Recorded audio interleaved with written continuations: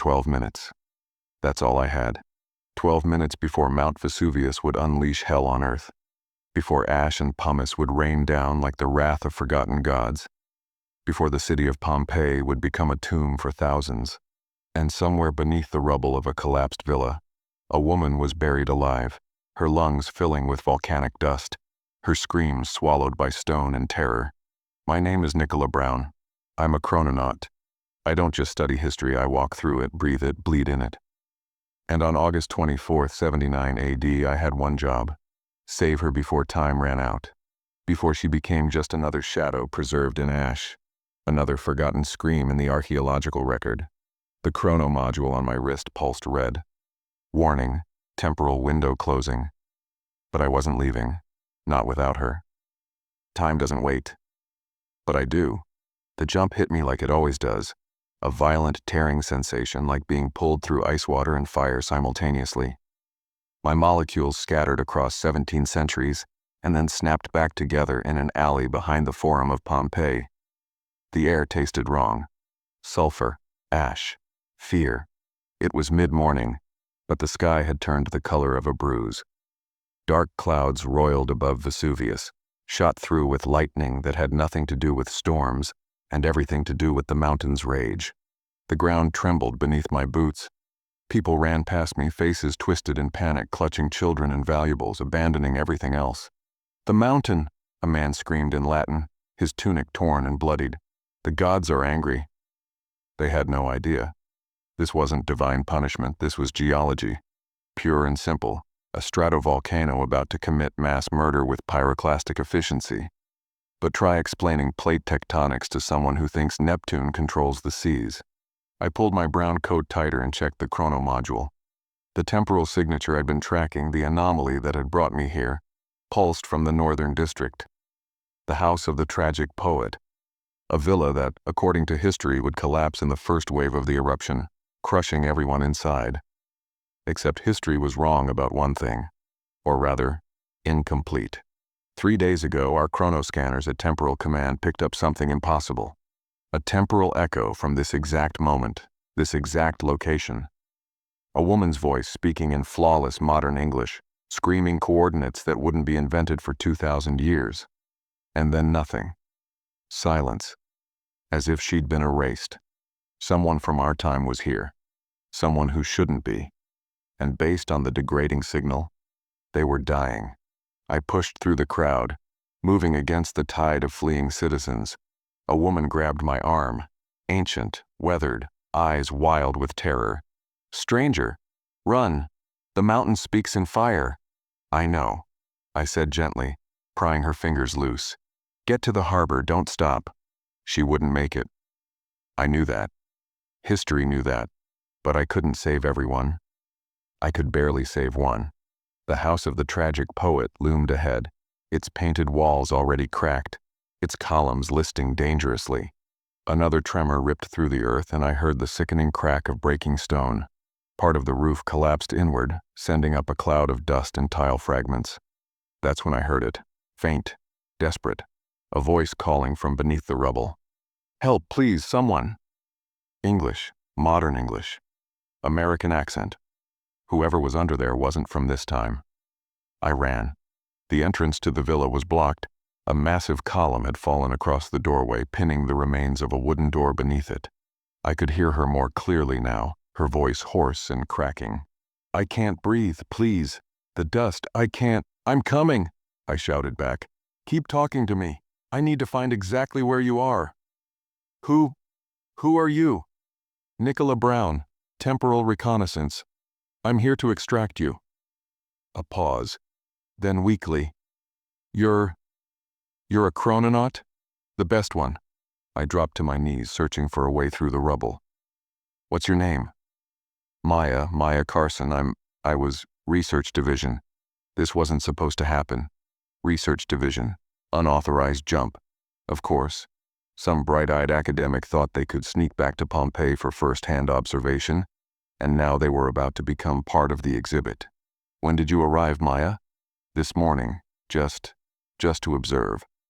I had 4 hours before extraction, but then the tremor hit and Her voice dissolved into coughing, wet, rattling coughs. She was inhaling ash. Her lungs were filling up. I checked the module. 10 minutes until the pyroclastic surge. 10 minutes until a 600-degree cloud of gas and rock fragments would roll down the mountain at 80 miles per hour and incinerate everything in its path.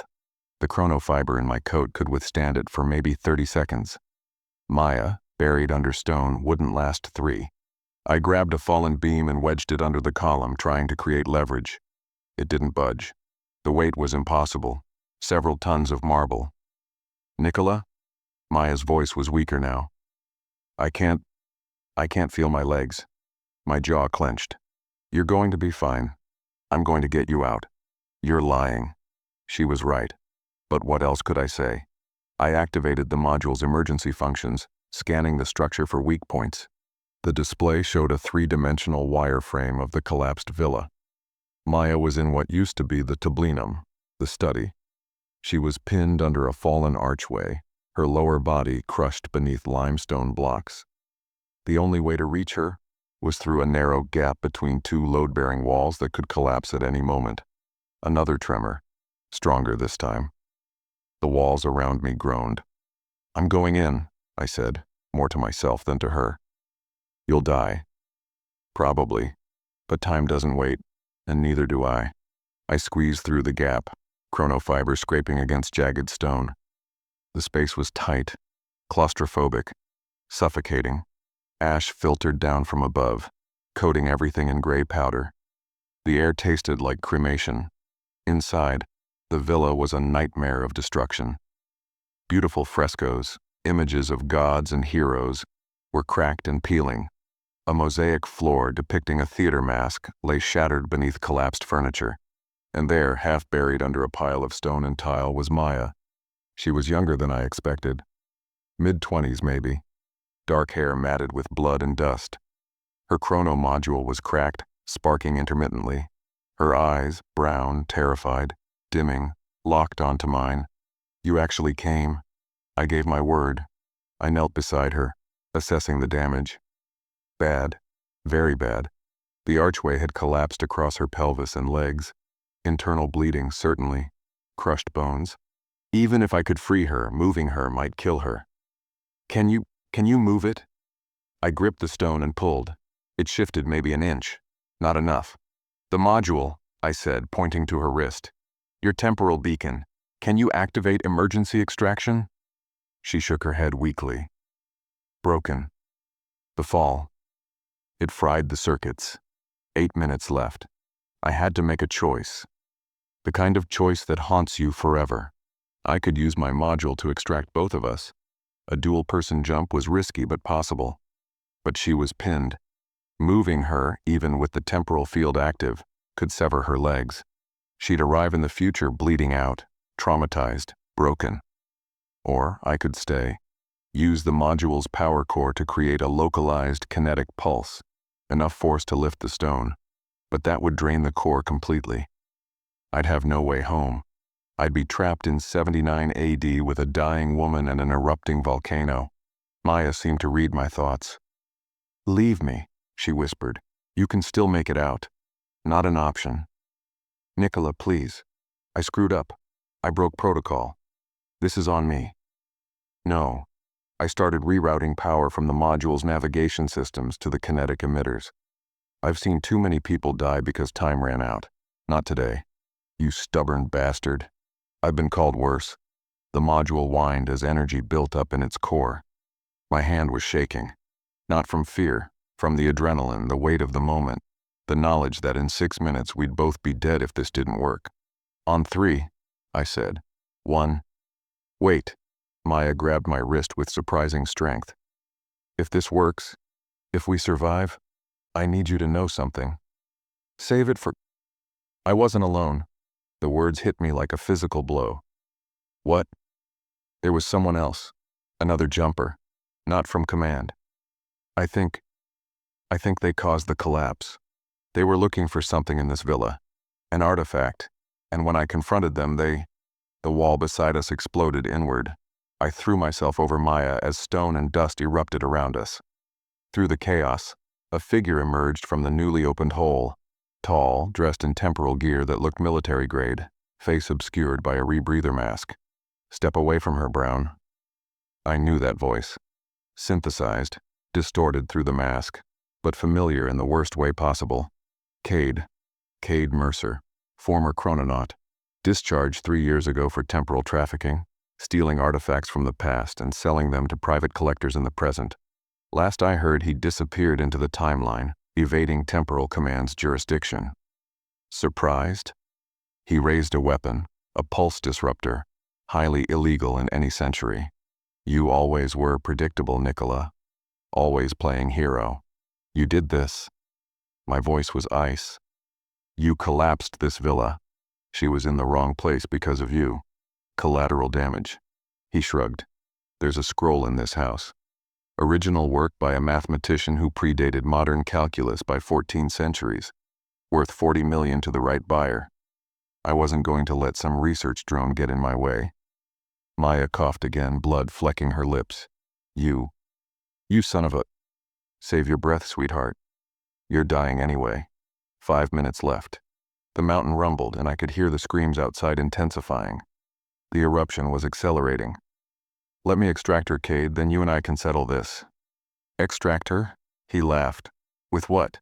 Your module's drained and hers is broken. Neither of you are going anywhere, but me." He tapped his own pristine chrono module. "I'm leaving, with the scroll, and you get to die in history just like you always wanted." He turned to leave. I moved. Years of temporal combat training kicked in. I lunged low, grabbed a chunk of stone and hurled it at his head. He ducked, but it bought me a second. 1 second to close the distance. 1 second to drive my shoulder into his midsection and slam him into the crumbling wall. The pulse disruptor clattered away. We grappled, crashing through already damaged furniture, trading blows that would leave bruises for weeks, if we survived that long. Cade was stronger, but I was faster. Desperation is an incredible motivator. You always were too emotional. He grunted, landing a punch that split my lip. "And you were always an asshole." I brought my knee up hard into his ribs. Behind us, Maya was screaming something, but I couldn't hear over the roar of blood in my ears and the groan of the dying villa. Cade's hand found my throat, squeezed. My vision tunneled. "Should have left her, Nikola. Should have saved yourself." I couldn't breathe, couldn't think. The edges of my vision went dark. Then, a crack, sharp, wet. Cade's grip loosened. His eyes went wide. He stumbled backward, and I saw it. A jagged piece of mosaic tile protruding from his shoulder. Behind him, Maya, half raised on her elbows, arm extended, blood streaming down her face. "No one calls me collateral," she gasped. Cade roared and reached for his module. I dove for the pulse disruptor. My fingers closed around it. Spun. Fired. The blue-white pulse caught him center mass. He convulsed, his temporal signature destabilizing, and then, gone. Jumped. Fled into the timeline, wounded without the scroll. But we were still here. 3 minutes. I scrambled back to Maya, my hands shaking as I reinitialized the kinetic pulse sequence.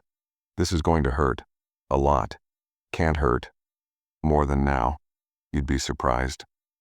I placed my hand on the stone, pinning her down. The module's core glowed white-hot. Every warning alarm screamed. 3, 2, 1. The pulse detonated. The stone lifted. Not far, maybe 6 inches, but enough. I grabbed Maya under the arms and pulled. She screamed, a raw animal sound of agony that I'll hear in my nightmares forever. But she came free, legs twisted and broken, but free. I hoisted her onto my back. She was light, too light. Shock and blood loss stealing her substance. "Stay with me, Maya, we're going home. Your module, it's dead." She was right. The kinetic pulse had drained it completely. No power, no jump capability, no way out. 2 minutes. Outside, the sky had turned black. The first pyroclastic surge was forming, a roiling wall of superheated death racing down the mountain. But I'd seen something when Cade vanished. His module, damaged by the pulse, had left a trace signature, a temporal wake. If I could tap into it, use it as a beacon, maybe, just maybe, Command could lock onto our position and emergency extract us. It was a 1-in-a-million shot. I activated the module's last function, emergency broadcast. It would burn out the remaining circuits, but it would send our coordinates and a distress signal across 17 centuries. Command, this is Crononaut Brown, emergency extraction. 2 souls. Pompeia, 79 AD. Do you copy? Static, 1 minute. Command, please, anyone, we're out of time. More static, then. Brown, this is Command. Signal received. Lock in 30 seconds. Hold your position. I almost laughed, almost cried. Copy that. Holding. Maya's head lolled against my shoulder. Nikola, thank you. Don't thank me yet, we're not home. 30 seconds. The villa shook. The walls cracked. I could hear the surge coming, a sound like a freight train mixed with a scream. 20 seconds. Pieces of the ceiling fell around us. 10 seconds. The heat hit. Intense, suffocating. 5, 4, 3. The world turned white. I woke up on a medical bay floor, alarms blaring, techs shouting. My coat was smoking. Maya was on a gurney surrounded by emergency staff, her vitals being stabilized. We were home. 2024. Temporal Command Headquarters, New York. A medic tried to push me back down. Sir, you need to. Is she alive? She's stable. Critical but stable. You got her out just in time. I closed my eyes. Just in time. The story of my life. Later. Hours. Days. I sat in debriefing, giving my report to Commander Chen, a stern woman with silver hair and eyes that missed nothing. Unauthorized jumper. Collapsed villa.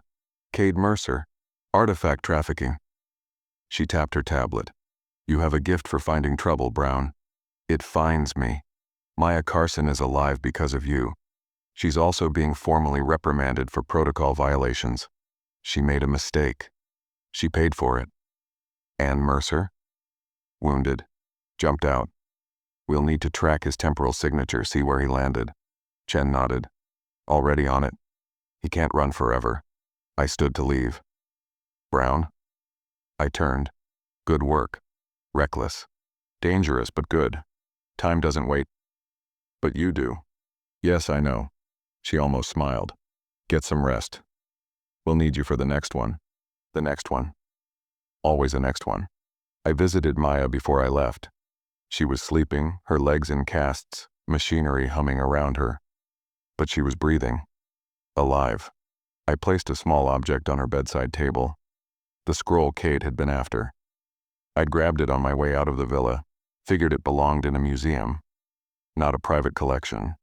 Turns out it was a letter.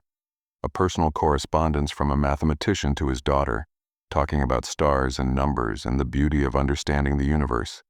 Nothing worth 40 million. Everything worth saving. 3 days later, my module chimed. New assignment. Paris, 1794. The Reign of Terror. A woman scheduled for the guillotine. Except she wasn't supposed to be there. She was from 2087. And according to the scanners, she was carrying information that could collapse the entire timeline.